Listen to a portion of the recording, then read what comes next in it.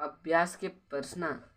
लेखक ने ऐसा क्यों कहा कि गुल्ली डंडा सब खेलों का राजा है? उत्तर, गुल्ली डंडा खेलों का राजा इसलिए है क्योंकि इस खेल में पैसे खर्च नहीं करने पड़ते, सभी के लिए सुबल और भरपूर आनंद देता है। प्रश्न नंबर दूसरा, मुझे न्याय पर बल था, वहाँ अन्याय पर डटा हुआ था। लेखक खेल में पराजित होने के बाद भी अपनी ओर न्याय का बल क्यों मानता है और वहाँ गया को अन्याय पर डटा क्यों कहता है? उत्तर, लेखक गया से बिना दाव लिए भाग जाना चाहता था, किंतु गया उसे जाने नहीं दे रहा था। लेखक ने उसे अमृत खिलाया था, इसलिए वहाँ दाव दिए बिना जाकर कोई गलत नहीं कर रहा था।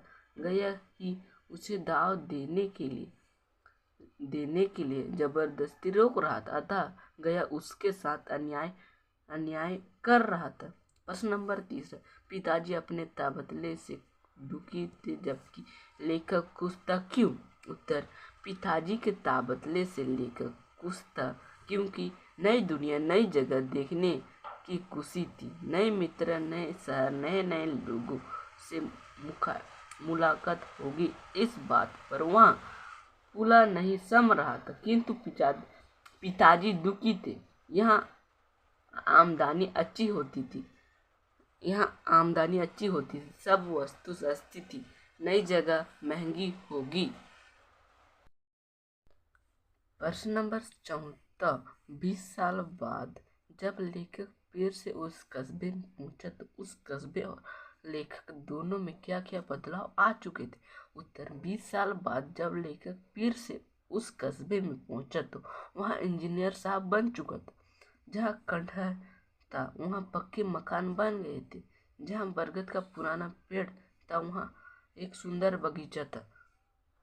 क्वेश्चन नंबर 5, लेखक के साथ खेलते हुए गया के मन में गुल्ली डंडा के प्रति वही कौन सी जोश उत्साह देखने को नहीं मिली जो बचपन में हुआ करता था? गया के व्यवहार में इस परिवर्तन के पीछे कौन से कारण रहे होंगे? उत्तर, गया के व्यवहार में इस परिवर्तन का कारण यह रहा होगा कि लेखक एक बड़ा साहब बन गया था और गया एक मजदूर था। अगर दोनों के बीच गुल्ली डंडा का खेल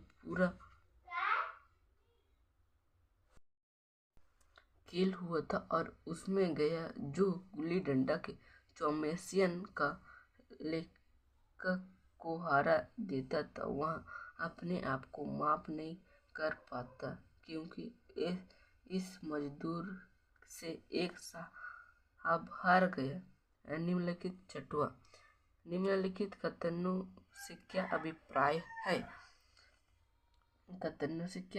उत्तर, गया कहता है कि गुल्ली डंडा से खेलने वालों मेरे मित्र, हम बचपन में साथ साथ खेलते थे तो हम संचारी थे, किंतु आज वहाँ बड़ा साहब हो गया है और मैं उसके आदेश में काम करने वाला मजदूर हूँ। मैं उसे अपने समक्ष नहीं मान सकता। वहाँ बड़ा हो गया है और मैं छोटा हो गया हूँ। हमारे कई दोस्त ऐसे भी हैं जो तापी के बैसाखी से बदल बैठे। उत्तर, लेखक प्रस्तुत पद्यांश में माध्यम से वह कहना चाहते हैं कि गुल्ली डंडा खेल की अपेक्षा क्रिकेट खेल केवल महंगा ही नहीं अपितु अधिक खतरनाक है। गुल्ली डंडा खेल से सिर आँख की फूट जाने का भय रहता है, जबकि क्रिकेट खेल से सिर आँख फूट गया हाथ पैर भी टूट जाता है। क्रिकेट खेल बैसाखी पर चलने के लिए विवश कर देता है। पाठ से आगे।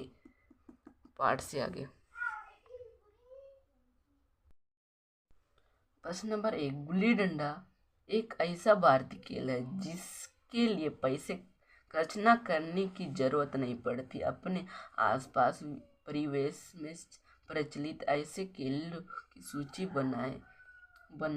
वर्तमान समाज में इन खेलों के प्रति घटते आकर्षण के क्या कारण हो सकते हैं? उत्तर, हमारे आसपास प्रचलित खेल कंचे, डंडा पर, ये क्या है तो पता नहीं, पिस्टूल, तीरी पासा का पूछा पूछाई, सांप सीढ़ी, फुकड़ी, घोड़ा आदि आज इन भारतीय खेलों के अक्सरण घटते जा रहे हैं, क्योंकि आज internet, computer game, mobile game व अन्य कमजोर के साधन टेलीविजन में कार्टून फिल्म अधिकार बच्चे देखते हैं, जिससे इन खेलों में अरुचि हो जा रहे हैं। प्रश्न नंबर दूसरा, गुल्ली डंडा कहानी में इस खेल से जुड़ी कुछ शब्द आए हैं, जैसे दाव, पदना पदाना, कुछ, गुल्ली आदि। अपने आसपास प्रचलित खेलों से जुड़ी शब्द वालियों की एक सूची बनाइए। उत्तर, खेल का नाम, खेल से जुड़े शब्द, कंचे, दाव, पदाना।